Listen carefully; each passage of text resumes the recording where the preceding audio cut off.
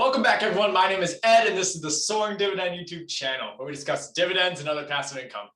If you're new to the channel and get anything out of the video, please leave me a giant thumbs up and consider subscribing if you haven't.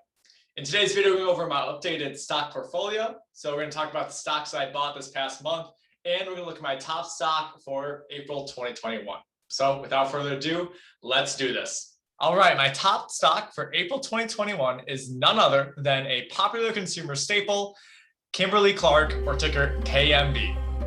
We're gonna look at a brief analysis of KMB's products, and then we're gonna go a deeper analysis of its dividend portfolio, some cash flows, and then an update on how share buybacks are going, in addition to where the stock price is at today.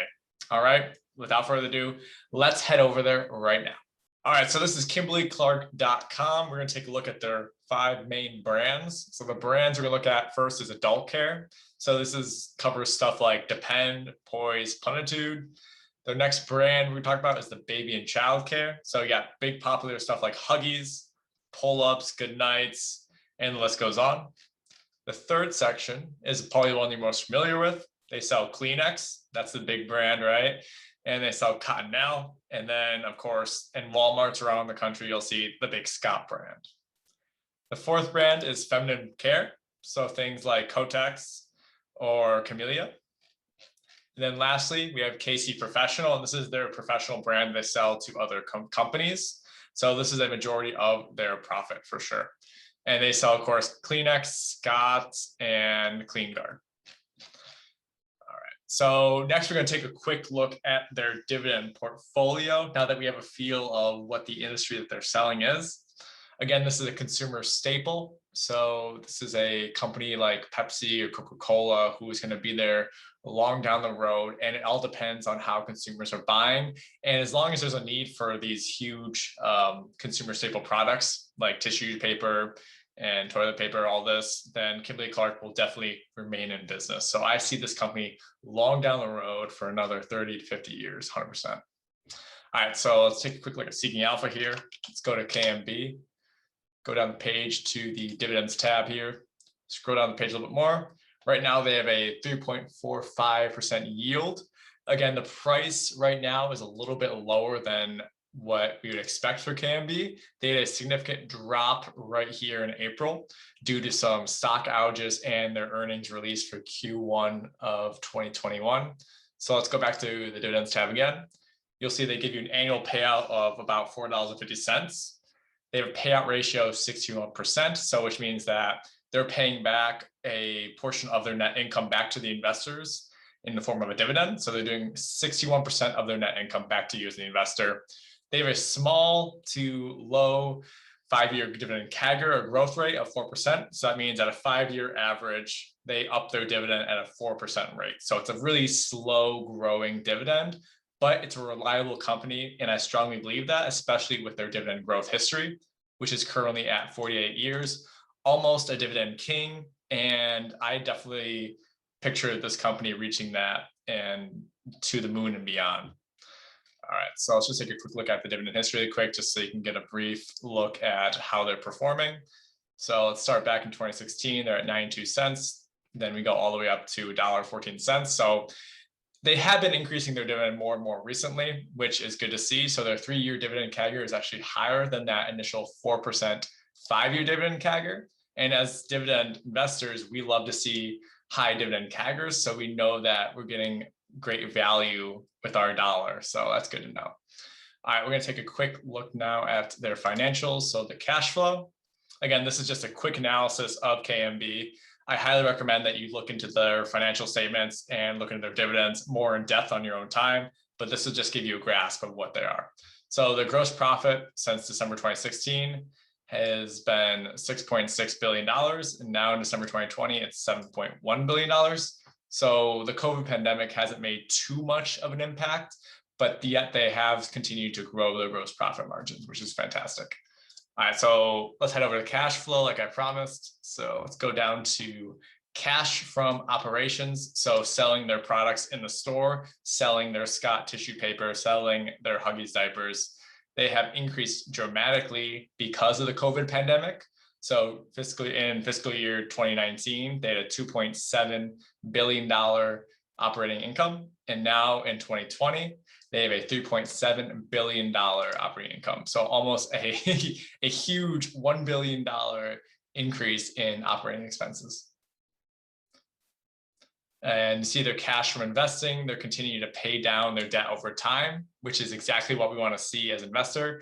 I'll show you a more in-depth check of their share buybacks. So you want to see a company that continues to draw down their share buybacks over time. So they're not selling more and more of their stock. They're buying back investors by raising their dividends. And that makes the dividend more valuable for you as an investor if they continue to buy them back. And lastly, their cash from financing is at a negative $1.5 billion. This is a good sign as they continue to pay down some of their debt, which is a great as we want to see as investors. And one thing I like to check for all my companies is the free cash flow per share to make sure nothing's diluted by the company. And you see it's steadily growing over time, and it skipped from 2019 at $4.44 for the cash flow per share to now in December 2020 of $7.37. That's great to see. So you'll see a dilution if you see huge spikes in the up and down of the free cash flow per share. So say this $4.44 in December 2019, then hit down to $2.50 or $1.50 in December 2020. That would be somewhat of a red flag to see that what is happening to their cash flow that's making that diminish so quickly, so soon in just one fiscal period. So some things to take away as an investor is their free cash flow per share and their cash flow statement for sure. And now we're going to do a quick check about their upcoming news and why their stock price dropped right now in April 2021. So let's do that right now. As you can see, Kimberly Clark is a solid dividend player coming in at 48 years of dividend growth, almost a king. And they have a nice modest yield of 3.5%.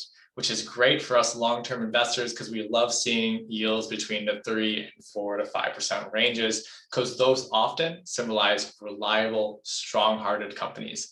And this is a consumer staple, so we know that as long as consumers are willing to buy tissue paper, buy toilet paper, buy these products, Kimberly Clark will be here to sell them. One thing is to note is that they are generating all that cash flow. Investors, specifically dividend investors, love to see cash flow. Why would you invest in companies without cash flow? I don't know. That's all on you if you want to do that. But I love to see cash flows in all of my companies. So we're going to go over some news to why I think the stock dropped so much in April of 2021. One thing to note is that their first quarter earnings of 2021 was about $4.7 billion in net sales, which is down 5% to the previous quarter of Q1 2020. So a year ago. And this is a huge decline and surprising because of the COVID pandemic right now. So you think that they would have supplied more and more people with all these essential goods because people are being stuck at home. One more thing is that their organic sales has declined about 8% year over year. So this is not really a good thing for the company. And that is why their most recent earnings report has signaled some red flags for the investors and why the stock price dropped about 6 to 7%. So if you get in within the next couple of days, I think it's a great buying opportunity for Kimberly Clark.